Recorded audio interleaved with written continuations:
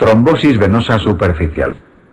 Lo más relevante del cuadro es recordar que no existe riesgo de desarrollo de embolia pulmonar, por lo que no está indicada la anticoagulación. Generalmente acontece en pacientes con varices e insuficiencia venosa crónica por el estasis mantenido, aunque en ocasiones las tromboflebitis migratorias recurrentes son signos de daño vascular, como en la enfermedad de Leo-Weurger, o de hipercoagulabilidad, como en el síndrome de Trousseau, tromboflebitis migratoria asociada a neoplasias, típicamente adenocarcinomas digestivos. En miembros superiores suele ser secundaria a vías venosas.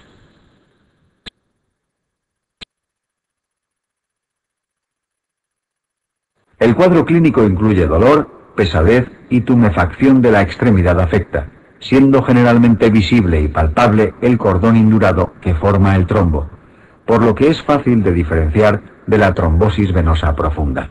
En el tratamiento se emplean medias elásticas, reposo relativo, elevación del miembro, calor local y antiinflamatorios para el dolor. Solo se considera anticoagulación ante la afectación proximal de la safena por riesgo de progresión hacia el sistema profundo.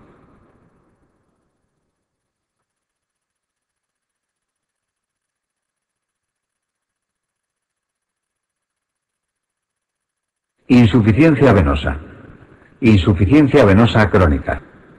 Es un cuadro que se produce en general como consecuencia de un episodio de trombosis venosa profunda, en el que el proceso de recanalización del trombo da lugar a una deformidad del vaso que impide el correcto funcionamiento de las válvulas venosas, por lo que en bipedestación la sangre cae hacia el sistema venoso profundo y a través de las venas perforantes ingurgita en el sistema superficial, aumentando la presión capilar. Este hecho facilita la aparición de edema crónico, inicialmente blando y reabsorbible al elevar el miembro, pero finalmente duro y acompañado de cambios tróficos que incluyen cambios de coloración por depósito de hemosiderina secundario a la fagocitosis incompleta de eritrocitos extravasados, y úlceras venosas típicamente por encima del maleolo interno, con escaso dolor, aspecto húmedo y posibilidad de colonización bacteriana que precise tratamiento antibiótico. A veces los pacientes tienen dolor al caminar de pie, produciéndose la llamada claudicación venosa. El tratamiento se basa en la prevención del síndrome posflebítico con tratamiento agresivo de la trombosis venosa profunda, junto al empleo de medias elásticas de compresión fuerte hasta raíz del miembro, evitando bipedestación prolongada. Se pueden emplear flavoniodes que aumentan el tono de la pared venosa y disminuyen la permeabilidad, y en casos severos la ligadura quirúrgica de las venas perforantes o incluso la fleboextracción de las dilataciones varicosas o escleroterapia en casos seleccionados.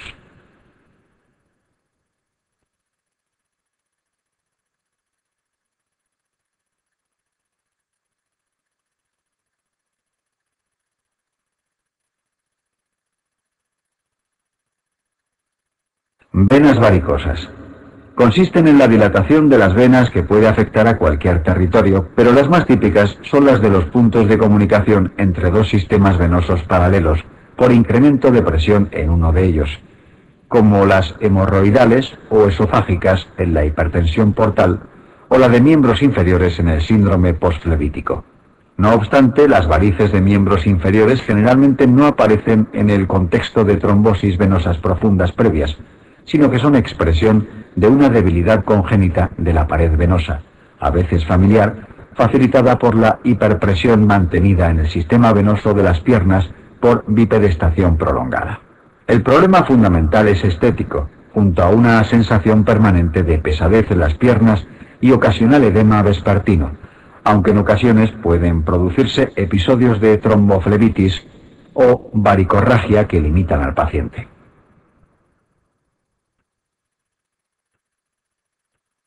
El tratamiento en general es conservador empleando medias elásticas, evitando la bipedestación prolongada, elevando periódicamente los miembros, haciendo ejercicio físico suave o masajes. En casos limitantes se indica la cirugía, que puede ser realizada instilando sustancias esclerosantes o con láser para las varículas de escaso tamaño. pero para los grandes troncos es necesaria la fleboextracción y ligadura de todas las colaterales, siendo obligatorio confirmar la indemnidad funcional del sistema venoso profundo antes de llevarla a cabo, pues si está obstruido la safena se convierte en una colateral de gran importancia.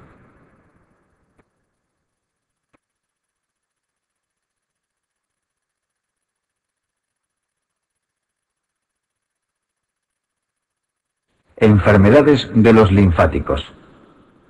Linfedema y linfangitis. Consiste en la acumulación excesiva de linfa, habitualmente en miembros inferiores, que origina hipertrofia del tejido fibroso intersticial y un aspecto típico en piel de naranja, con induración leñosa de la piel. La causa puede ser primaria, por hipoplasia o agenesia de los linfáticos, típica de mujeres asociada a síndrome de Turner, linfagiectasia intestinal o linfagioleimiomatosis, o secundaria, siendo lo más frecuente la afectación ganglionar de origen neoplásico primario, linfomas, o secundario, metástasis, o por el tratamiento empleado, exéresis quirúrgica ganglionar o radioterapia con fibrosis posterior. Además de ciertas infecciones, entre las que destaca la filariasis, oncocercosis o linfagitis estreptocócica recidivante, pueden producir obstrucción linfática por los parásitos o por la cicatrización posterior, originando elefantiasis, piel de miembros inferiores de aspecto parecido a la de los paquidermos.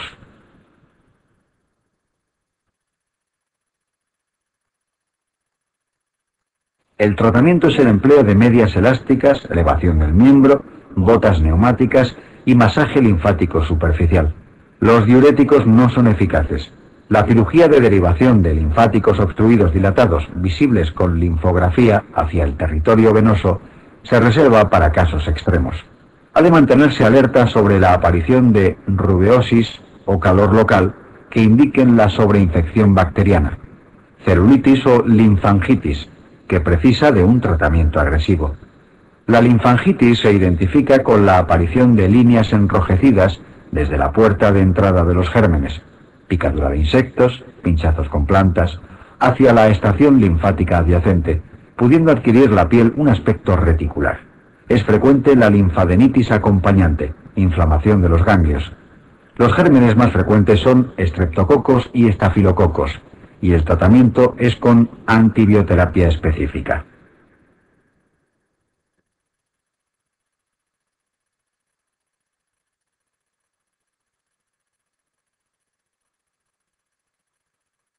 Cardiopatías congénitas.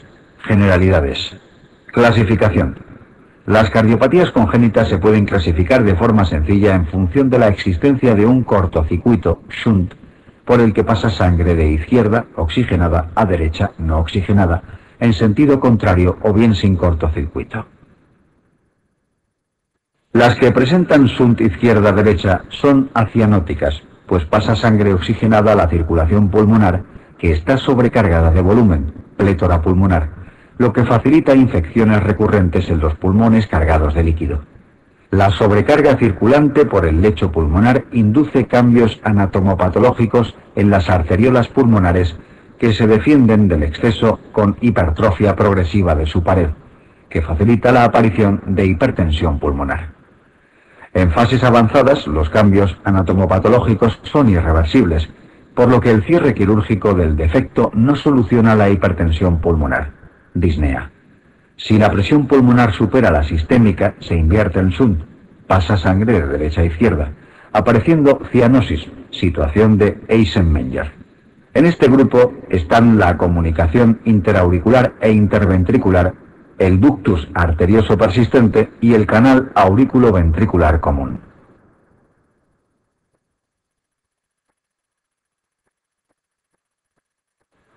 Las que presentan shunt derecha e izquierda muestran cianosis por pasar sangre venosa no oxigenada al territorio sistémico y todos los efectos derivados de la hipoxia, poliglobulia. Pueden presentar embolias paradójicas o abscesos cerebrales, pues microtrombos, formados a diario en las extremidades inferiores, o microembolias sépticas, producidos, por ejemplo, al cepillarse los dientes, consiguen evitar el filtro pulmonar, donde habitualmente se impactan, y solucionan inadvertidamente a través del shunt, llegando a territorio sistémico, cerebro. Las crisis hipoxémicas son propias de la tetralogía de Fallot. También incluye la transposición de grandes arterias. El truncus y las de fisiología de ventrículo único también tienen cianosis. De las que no presentan cortocircuito, destacar la coartación aórtica y la anomalía de Epstein.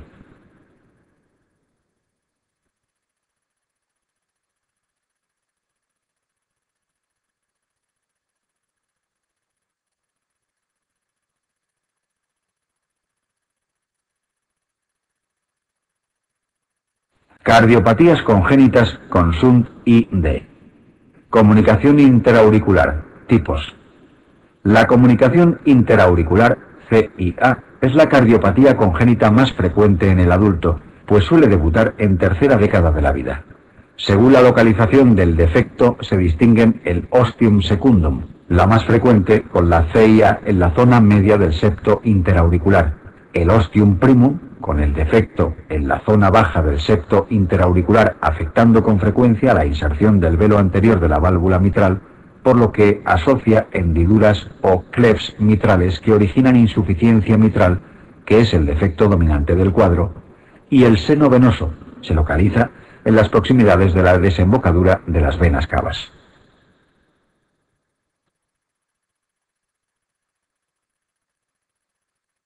En la CIA ostium secundum, el único problema es el hiperaflujo pulmonar y sobrecarga de cavidades derechas, que da lugar en el ECG a sobrecarga derecha, eje derecho con imagen de bloqueo incompleto de rama derecha, a un segundo ruido con desdoblamiento amplio y fijo, y a veces un pequeño soplo sistólico eyectivo pulmonar por hiperaflujo, y que suele dar síntomas en la edad adulta, disnea de esfuerzo. En los ostium primum domina no el hiperaflujo pulmonar, sino la insuficiencia mitral por el clef, por lo que en el ECG muestran crecimiento ventricular izquierdo con eje izquierdo, y en la auscultación, aparte de las alteraciones del segundo ruido típicas, el soplo de la insuficiencia mitral, apareciendo los síntomas desde el periodo infantil o lactancia. Del seno venoso destaca que se asocia a drenaje venoso pulmonar anómalo, total o parcial, que puede producir el signo de la cimitarra en la radiología torácica.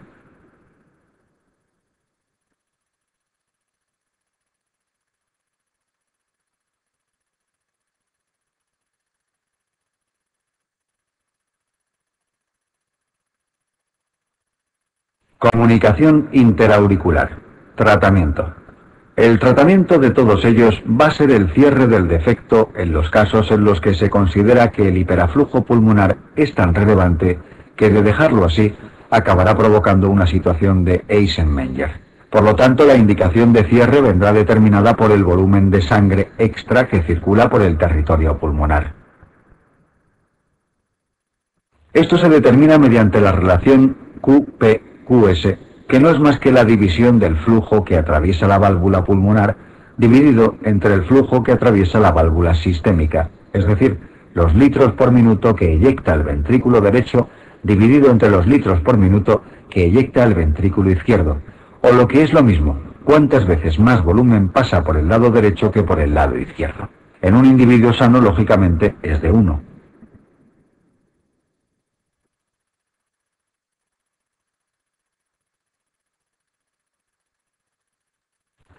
Cuando el QP-QS supera el valor de 1,52, se considera que el riesgo de desarrollar una situación de Eisenmenger es alto y estará indicado el cierre del defecto. Dicho cierre va a ser siempre quirúrgico en el seno venoso y el ostium primum, recordando reparar las alteraciones de la válvula mitral.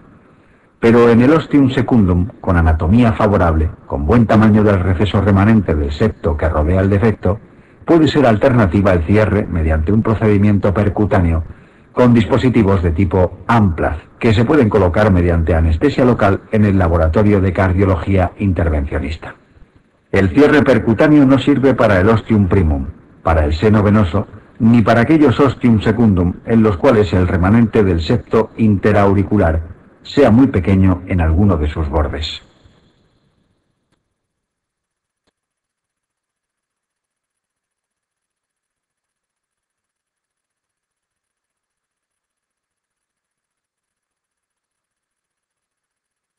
Comunicación interventricular. La comunicación interventricular, o CIV, es la cardiopatía congénita más frecuente, excluida la válvula aórtica bicúspide, que no suele considerarse en las series por ser casi una variante de la normalidad. Puede clasificarse en función de su localización en muscular o perimembranosa, según afecte a la porción muscular del septo interventricular o la porción membranosa del mismo.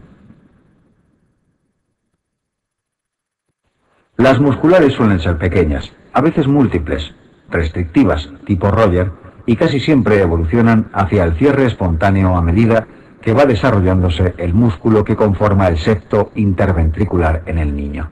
Sin embargo, cuando son de gran tamaño, es raro que acaben cerrando espontáneamente. Las perimembranosas en general no suelen cerrarse, puesto que la membrana que conforma esta parte del septo interventricular no crece del mismo modo que lo hace la muscular. Aparece un soplo sistólico de izquierda a derecha en mesocardio y signos de congestión pulmonar cuando el débito es grande a través del defecto. La indicación quirúrgica en la CIV vendrá indicada por la presencia de una relación QP-QS mayor de 1,52. En la actualidad existe la opción de hacer un cierre percutáneo en casos seleccionados de CIV relativamente restrictivas o pequeñas perimembranosas mediante dispositivos tipo AMPLAF específicos para cierre de comunicación interventricular.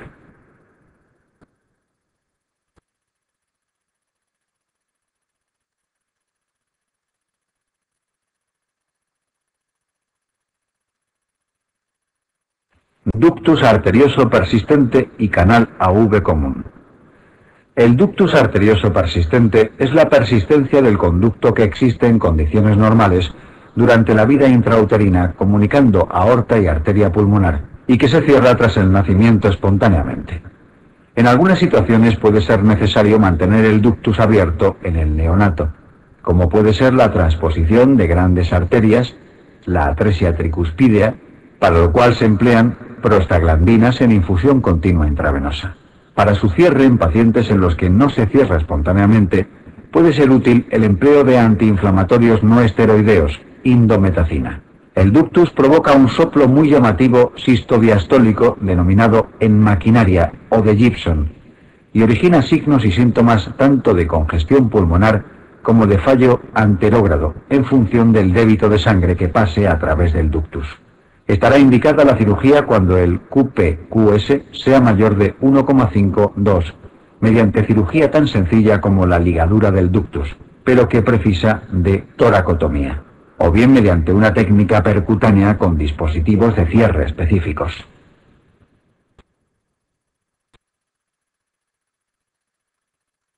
El canal auriculoventricular común, o defecto de los cojinetes endocárdicos, es, grosso modo, la suma de una CIA ostium primum con una CIV perimembranosa y a veces muscular, asociando además defecto en los velos de las válvulas auriculoventriculares. Es decir, hay una alteración en una estructura embrionaria denominada cojinetes endocárdicos, localizada en la cruz del corazón, desde la cual se desarrollan los septos y las válvulas auriculoventriculares, de manera que quedan hipoplásicas, originando el defecto. Es muy típico del síndrome de Down y generalmente precisa tratamiento quirúrgico. Y si el defecto es muy grande, es necesario colocar prótesis y parches para reconstruir los septos inexistentes.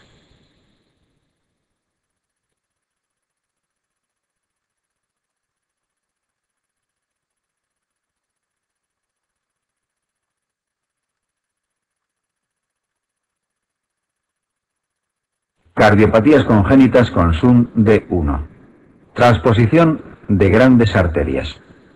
La transposición de grandes arterias, TGA, es la cardiopatía congénita cianótica más frecuente en el neonato. Como es incompatible con la vida salvo cirugía precoz, la más frecuente en la infancia es el FALOT.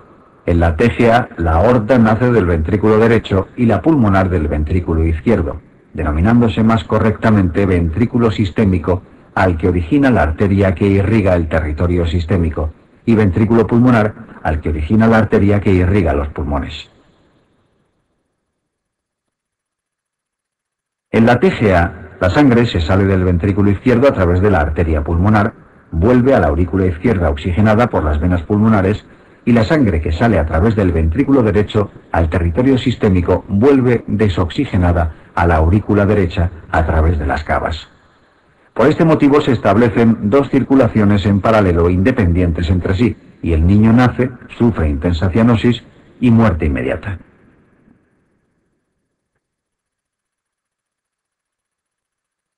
Tan solo consiguen sobrevivir aquellos que asocian defectos en los cuales se consigue la mezcla de sangre entre ambos territorios que permite sobrevivir aunque con intensa cianosis.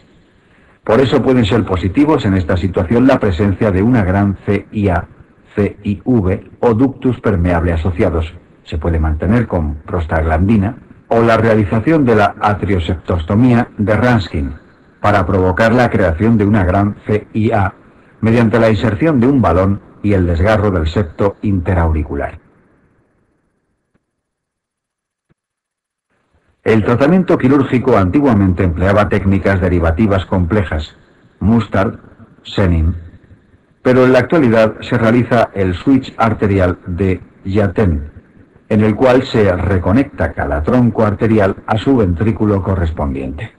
Técnicamente es complejo con riesgo de estenosis de arteria pulmonar en el punto de la anastomosis como principal complicación.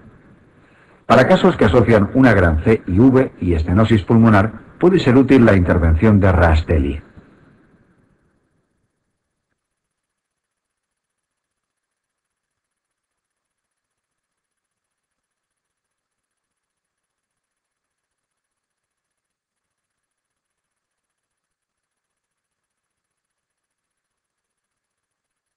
Tetralogía de Fallot. La tetralogía de Fallot combina la presencia de CIV, hipertrofia de ventrículo derecho, estenosis pulmonar subvalvular y acabalgamiento aórtico. La estenosis pulmonar no es a nivel de los velos, sino en el infundíbulo pulmonar, tracto de salida, y provocará una obstrucción a la salida que origina hipertrofia del ventrículo derecho. Ocasionalmente asocia CIA, pentalogía de Fallot. La CIV en el Fallot produce shunt derecha e izquierda por la obstrucción asociada en la salida del ventrículo derecho, que aumenta mucho su presión y supera la del izquierdo. La obstrucción infundibular origina una alteración similar a la miocardiopatía hipertrófica obstructiva, pero en el lado derecho, de manera que pueden aparecer crisis hipoxémicas ante situaciones en las que se produzca una disminución de la precarga o una intensa descarga adrenérgica que aumente el grado de contracción del infundíbulo, aumentando la obstrucción.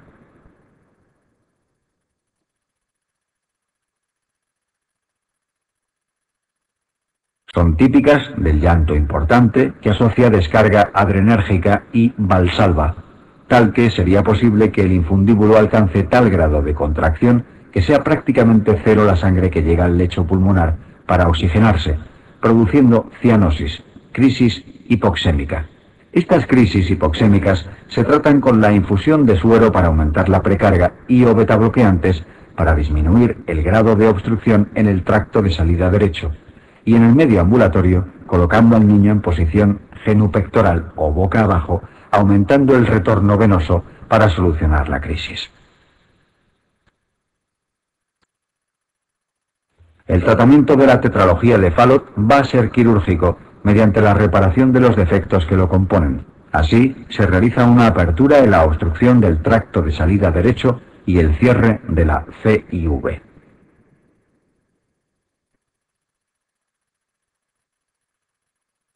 Truncus arterioso. Es una anomalía que se asocia típicamente al síndrome de Eddy-George. Se caracteriza por la existencia de una gran CIV y un único vaso arterial que sale del corazón a caballo entre los dos ventrículos, truncus, con una única válvula truncal, del que se originan tras un trayecto más o menos corto la aorta y la pulmonar. La mezcla de sangre no oxigenada con la oxigenada a nivel del truncus y a través de la CIV origina cianosis. Dado que la resistencia vascular es menor en el lecho pulmonar que en el sistémico, existe sobrecarga de volumen, plétora pulmonar, con todas sus consecuencias. El tratamiento es quirúrgico, empleando el truncus como arteria aórtica y separando la arteria pulmonar que se conecta al ventrículo derecho con un tubo valvulado, cerrando además la C y V.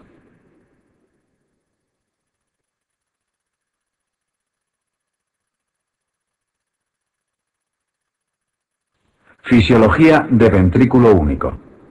En las patologías con fisiología de ventrículo único, que pueden ser múltiples y complejas, ventrículo derecho hipoplásico con una gran C y V, ventrículo izquierdo hipoplásico con una gran C y A, etc., básicamente conviene recordar que el tratamiento va a ir encaminado a realizar las correcciones quirúrgicas necesarias, en varios tiempos, para emplear como ventrículo sistémico el ventrículo mejor formado que tenga, puesto que es posible la vida en ausencia de ventrículo derecho. En caso de hipoxemia severa se puede realizar precozmente una fístula sistémico-pulmonar, Blalock-Taussig modificado, para aumentar la sangre que llega al pulmón para oxigenarse.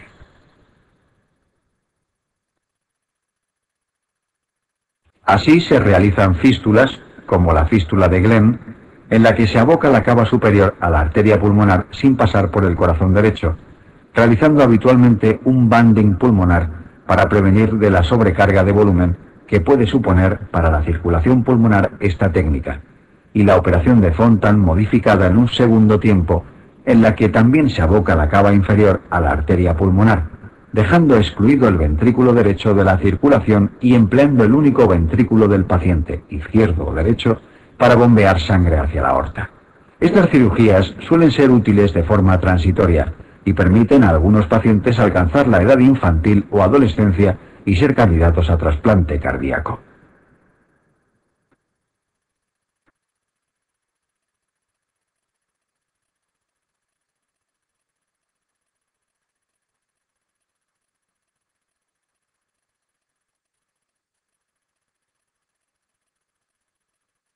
Cardiopatías congénitas sin cortocircuito. Anomalía de Epstein. Consiste en la inserción anormalmente baja de los velos de la tricúspide que origina un ventrículo derecho muy pequeño y con una gran parte del mismo atrializado. Los problemas principales que origina son los derivados de la hipofunción del pequeño ventrículo derecho resultante, que resulta insuficiente y sobre todo la presencia de una o más vías accesorias en el surco AV derecho que originan con frecuencia síndrome de Wolff-Parkinson-White. Los casos leves no precisan tratamiento más allá de la ablación con radiofrecuencia de las vías anómalas y los graves corrección quirúrgica de las frecuentes anomalías asociadas, CIV, CIA.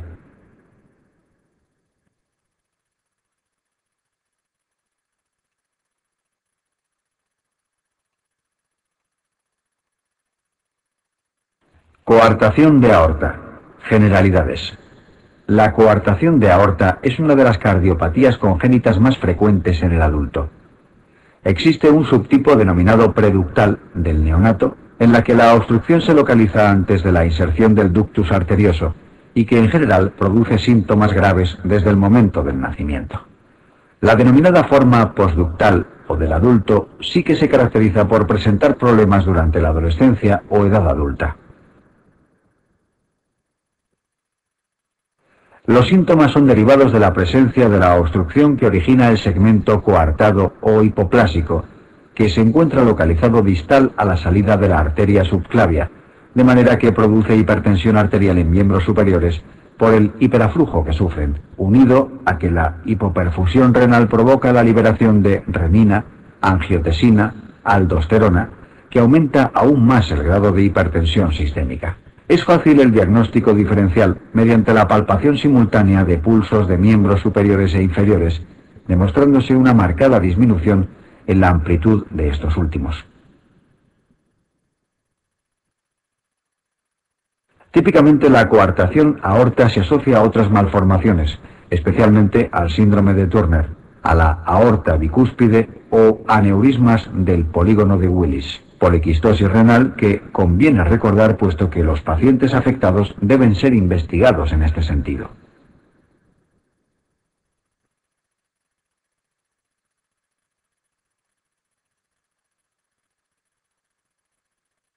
Coartación de aorta. Signos y tratamiento. Recordar además determinados signos tanto en la radiografía torácica como en la exploración típicos de la coartación.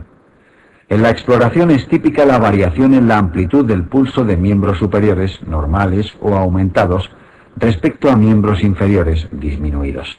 En la radiografía torácica postero-anterior se habla del signo del 3 o de la E invertida, para referirse a la imagen que deja la silueta de la aorta en el borde cardíaco izquierdo, con forma de 3 por una muesca en la porción final del callado en su unión con aorta descendente, que delimita el punto de la coartación. Igualmente son típicas las muecas costales de Rosler provocadas por el aumento de presión en las arterias intercostales, para aumentar el flujo colateral a la mitad inferior del cuerpo, desde el nacimiento, provocado por la coartación aórtica, que van a producir una impronta en las costillas por la erosión que produce el latido de dichas arterias intercostales dilatadas sobre el borde inferior de las mismas.